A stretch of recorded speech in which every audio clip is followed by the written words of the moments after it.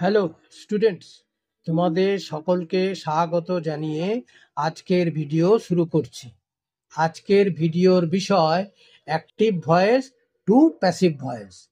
কি বলা হয়েছে? Double object voice change. হ্যাঁ, মানে কিছু কিছু ভার্বের দুটো অবজেক্ট থাকতে পারে, সেগুলো কিভাবে ভয়েস চেঞ্জ করা হয় সে বিষয়ে আমি তোমাদের এখানে বলে দিয়েছি। তাহলে চলো বেশি দেরি না করে ভিডিওটি শুরু করা যাক। আচ্ছা, ডাবল অবজেক্ট ভয়েস চেঞ্জ। কিছু ভার্বের দুটি অবজেক্ট থাকে, একটি ডিরেক্ট বা বস্তুবাচক এবং অন্যটি ইনডিরেক্ট বা ব্যক্তিবাচক। ভালো করে দেখে নাও, দুটি অবজেক্টের মধ্যে একটি ডিরেক্ট বা বস্তুবাচক এবং অন্যটি ইনডিরেক্ট বা ব্যক্তিবাচক। এক্ষেত্রে যে কোনো অবজেক্টকে আমরা প্যাসিভ ভয়েসে সাবজেক্ট করে আনতে পারি।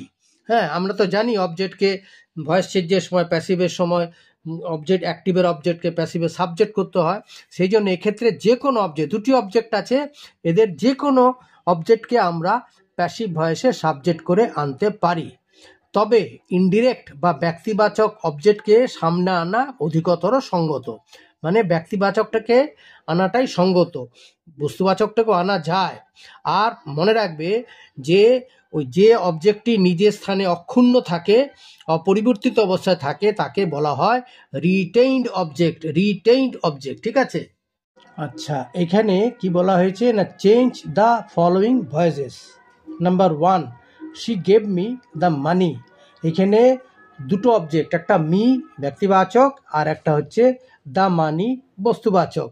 তাহলে আমি এখানে ব্যক্তিবাচকটাকে আগে আনলাম, আর এটা যেহেতু পাস্ট টেন্সে আছে, গিভের পাস্ট টেন্স গেভ, সেজন্য করা হলো কি না, I was giving the money by her, ঠিক আছে? দ্বিতীয় নম্বরেরটা হচ্ছে হি রোট মি এ লেটার। এইখানে আমি আবার কি করেছি, এই ব্যক্তিবাচকটাকে না করে বস্তুবাচকটাকে আগে নিচ্ছি। তাহলে এ লেটার, এটাও পাস্ট টেন্সে আছে, মানে a letter was written to me by him. By him, হিটা হয়ে গেল বাই হিম। নাম্বার 3তে I shall lend you the money. এখানে আবার বস্তুবাচকটাকে আগে নিয়েছি, the money will be lent to you by me. Number 4এ আছে we should tell him the truth. তাহলে এখানে আবার ব্যক্তিবাচকটাকে আগে আনলাম, তাহলে হিমটা হলো he should be told the truth by us. Number 5এ হি টিচেস আস ইংলিশ। এখানে আসের তাকে আগে আনলাম, ব্যক্তিবাচকটাকে আগে আনলাম, হয়ে গেল উই আর, এটা প্রেজেন্ট ইনডিফিনিটে আছে, তাহলে we are taught English by him, ঠিক আছে? আচ্ছা,